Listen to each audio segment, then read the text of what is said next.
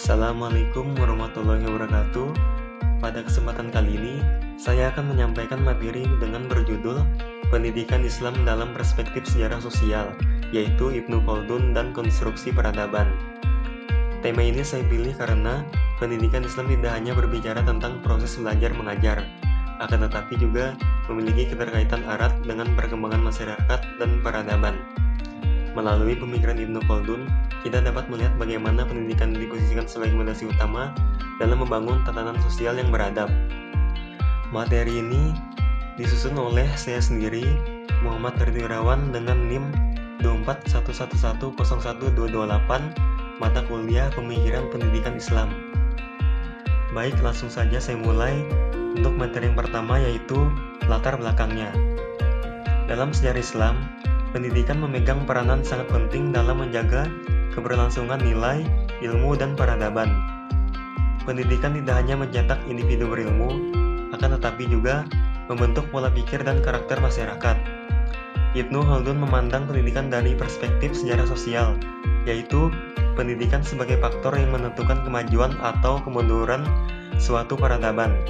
Oleh karena itu, kajian ini sangat penting untuk memahami pendidikan Islam secara lebih komprehensif. Kemudian untuk materi yang kedua, biografi Ibnu Khaldun. Ibnu Khaldun memiliki nama lengkap Abdurrahman bin Muhammad bin Khaldun al-Hadrami. Ia lahir pada tahun 732 Hijriah atau 1332 Masehi di Tunisia. Ia berasal dari keluarga terpelajar dan memiliki latar belakang keilmuan yang kuat. Sejak kecil, Ibnu Khaldun telah akrab dengan tradisi keilmuan Islam yang kemudian membentuk cara berpikirnya yang kritis dan mendalam. Untuk materi yang ketiga, yaitu pendidikan dan pengalaman hidup Ibnu Khaldun. Sejak muda, Ibnu Khaldun telah mempelajari berbagai disiplin ilmu, mulai dari ilmu-ilmu agama hingga ilmu rasional seperti logika dan filsafat. Selain menjadi ilmuwan, ia juga terlibat aktif dalam dunia politik dan pemerintahan di beberapa wilayah Islam. Pengalaman hidup yang luas ini membuat Ibnu Khaldun memiliki sudut pandang yang tajam terhadap kondisi sosial masyarakat, yang kemudian mempengaruhi pemikirannya tentang pendidikan dan peradaban. Adapun untuk materi yang keempat, yaitu karya dan kontribusi pemikiran Ibnu Khaldun. Karya terbesar Ibnu Khaldun adalah Kitab Muqaddimah, di mana kitab ini dianggap sebagai karya monumental dalam sejarah pemikiran Islam. Dalam kitab ini, Ibnu Khaldun membahas hubungan antar ilmu, pendidikan, masyarakat, dan peradaban. Ia menegaskan bahwa pendidikan merupakan proses fundamental yang membentuk kualitas sumber daya manusia dan menentukan arah perkembangan suatu masyarakat. Kemudian untuk materi yang kelima, konsep pendidikan menurut Ibnu Khaldun.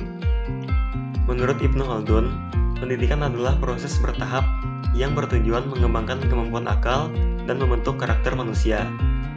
Ia menolak metode pendidikan yang bersifat keras dan memaksa, karena menurutnya hal tersebut justru merusak jiwa peserta didik.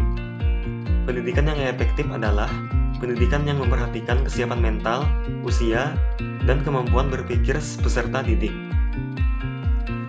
Baik, untuk selanjutnya bisa kita lihat di sini, yaitu dokumentasi atau foto patung Ibnu Khaldun.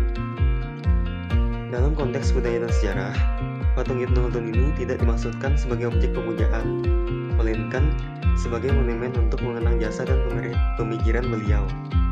Di banyak negara muslim, patung tokoh ilmuwan dan cendekiawan dipandang sebagai simbol apresiasi terhadap ilmu pengetahuan dan warisan intelektual Islam.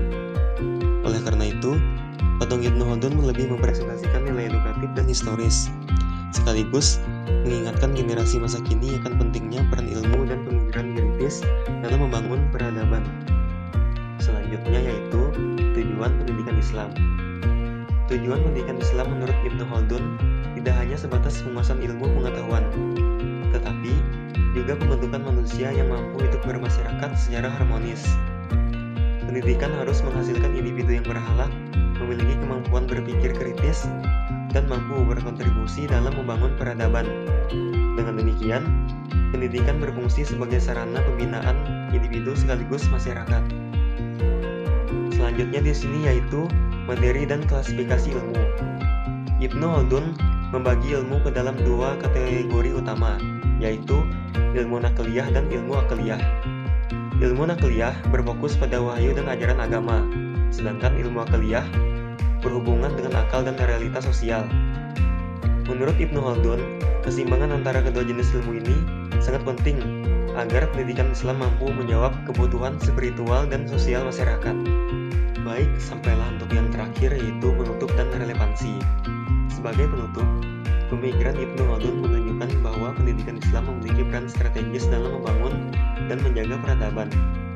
Pandangannya tentang pendidikan yang manusiawi, bertahap dan berorientasi sosial masih sangat relevan dengan tantangan pendidikan masa kini.